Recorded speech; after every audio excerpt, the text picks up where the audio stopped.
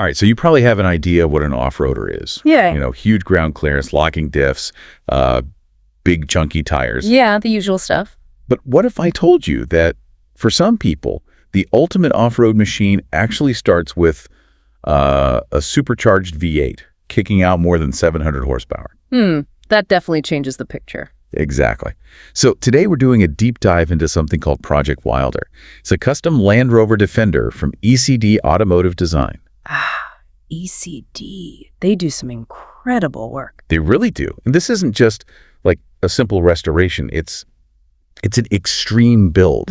It really pushes together raw power and that iconic Defender style. It forces you to rethink things. It really does. Yeah. What can an off-roader actually be? And that's exactly why Project Wilder is so, captivating, isn't it? It's not just a case of, dropping a massive engine into an old truck. No, it sounds much more involved. Oh, absolutely. It's a complete reimagining of a classic. They're pushing boundaries in a way that's genuinely unique. So how does it stack up, say, against modern performance SUVs? Well, that's what's remarkable. Think about the new Defender OCTA. That thing's got, 626 horsepower?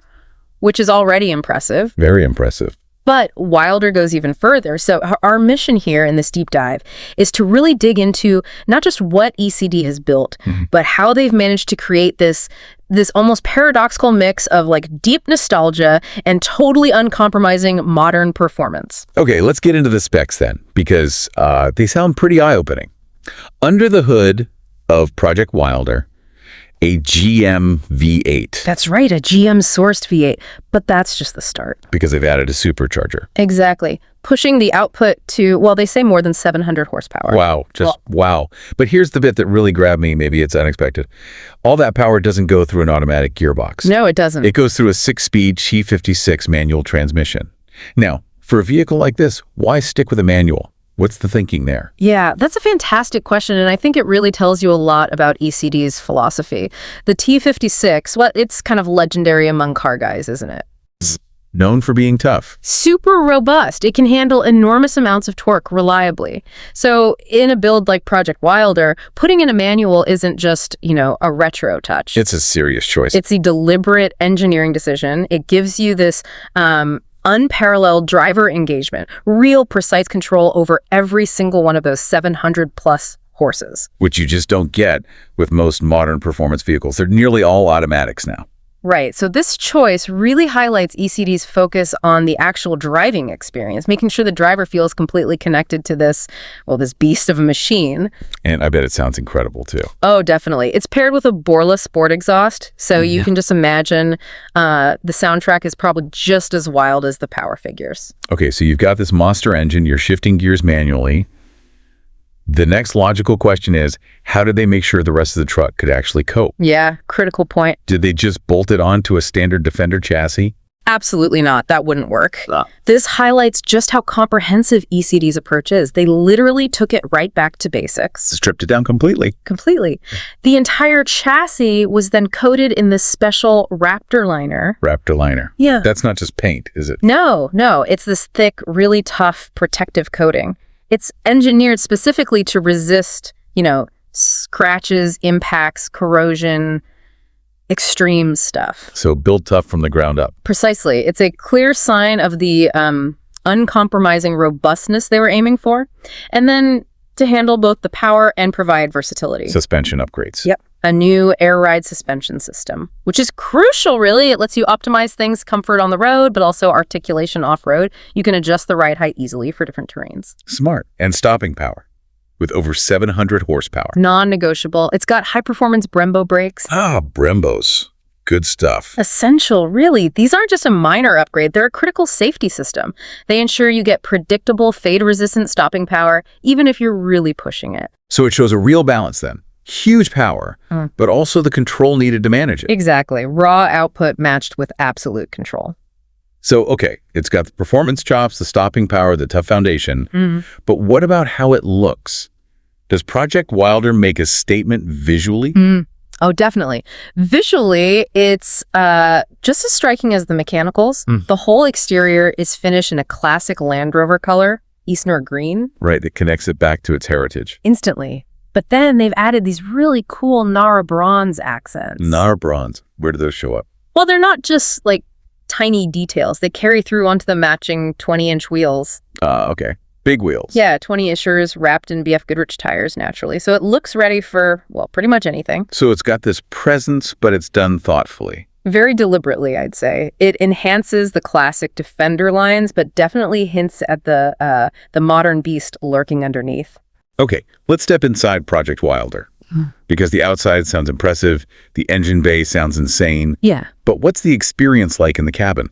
Just as dramatic, honestly. It's clear ECD wasn't just focused on building a powerhouse, they were crafting an environment, too. One that mixes the ruggedness with maybe some surprising luxury. That's exactly it. How do you keep that Defender feel but elevate it? And this is where ECD really shows their skill in blending that nostalgia with performance. So what have they done inside? Well, it's been completely reworked. You've got this plush buffalo distressed coil leather. Sounds fancy. It does. And it's got this intricate honeycomb stitching. Plus, for that kind of timeless classic touch, connecting it back to its roots, there's sapele walnut wood trim dotted around. Nice. And the seats? Still the basic Defender ones? Oh, no. They've fitted a set of Recaro seats for proper comfort and support, whatever you're doing. Makes sense with that kind of performance. Yeah, and the whole headliner is finished in Alcantara. There's a new wood-rimmed steering wheel, too, which completes that sort of classic meets luxury vibe. So it's this mix of classic materials and modern refinement. Exactly. It shows how ECD bridges that gap. The vehicle's classic soul is still there, definitely intact, but you get today's comfort and tech alongside it. And speaking of tech, it's not just about traditional luxury materials, is it? The technology's been brought right up to date, too. Absolutely. You're fully connected. There's a new infotainment system, and it includes Apple CarPlay. Essential these days for many people. Pretty much. And for the audio side, focal speakers and not one, but two subwoofers. Okay, so the sound system should be pretty incredible then. You'd imagine so. And for that sort of open air feeling, which is quite unusual in a classic Defender. A sunroof. Even better, a panoramic roof. Wow, okay.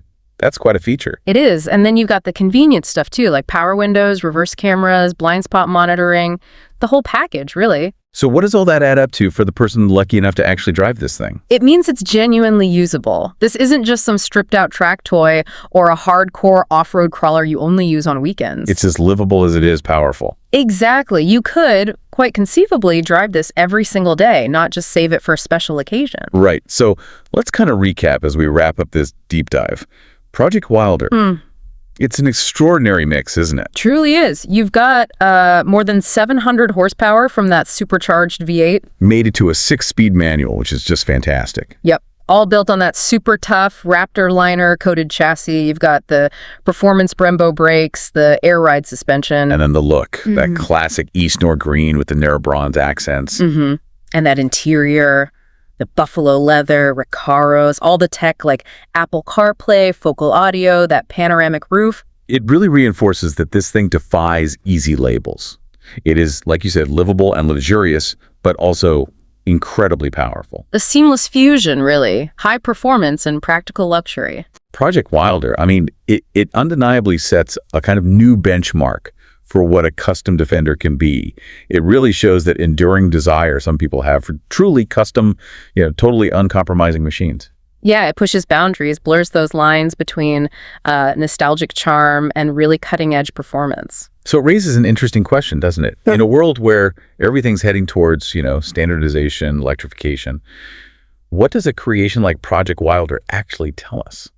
Good question. Is it pointing towards a future for automotive design? Or is it something else? Like maybe it represents this sort of ultimate niche. For those few who seek the absolute pinnacle of personalized power and luxury. A kind of defiance of convention, perhaps? Maybe. Definitely something to think about as you, ponder what your own dream machine might look like.